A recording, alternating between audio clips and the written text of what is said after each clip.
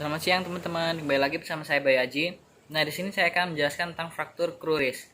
Apa itu fraktur kruris? Fraktur kruris yaitu ekstremitas bawah yang seringkali terjadi akibat jatuh dengan kaki dan fleksi pukulan langsung atau gerakan memutar. Nah, pasien menunjukkan edema, nyeri, deformitas tulang dan hematoma pada tingkat cedera. Sirkulasi dan sensasi dikaji untuk meniadakan komplikasi fraktur, termasuk kerusakan pada saraf peroneal atau arteri tibia, sindrom kompartemen hemartrosis, dan kerusakan ligamen. Ketidakmampuan untuk menitikkan jari kaki pada sisi yang terkena ke atas dapat mengidentifikasikan kerusakan saraf peroneal. Tidak adanya nadi dorsalis pada sisi yang terkena dapat mengindikasikan kerusakan arteri tibia. Kemungkinan manifestasi klinis sindrom kompartemen antara lain nyeri pada gerakan pasif dan parestesia. Edema lutut dapat mengidentifikasikan pengumpulan darah pada sendi lutut. Kerusakan ligamen dapat terjadi jika pasien tidak dapat menggerakkan lutut dan pergelangan kaki. Nah, jika fraktur tertutup, reduksi tertutup dan gips seringkali dipasang. Gips tungkai panjang yang memungkinkan penyanggaan beban parsial digunakan.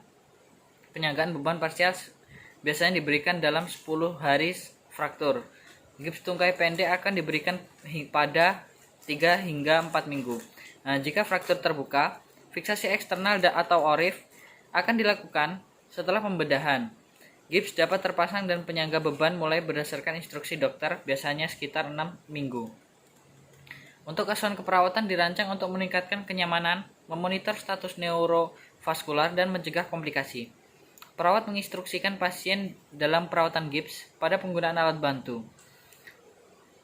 Cara untuk melakukan pengkajian neurovaskular dan waktu melakukan tindak lanjut dengan dokter.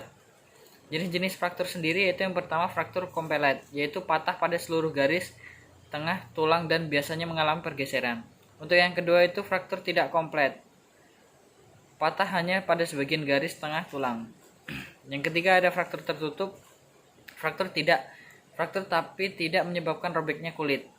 Yang keempat ada fraktur terbuka, itu fraktur dengan luka kulit atau membran mukosa sampai kepatahan tulang.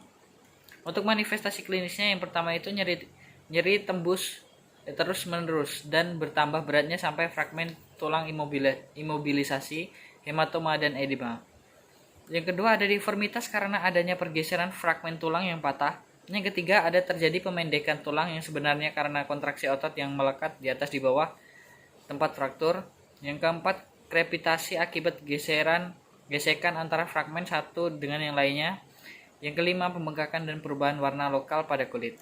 Untuk fraktur itu saja yang bisa saya jelaskan, kurang lebih saya mohon maaf. Terima kasih.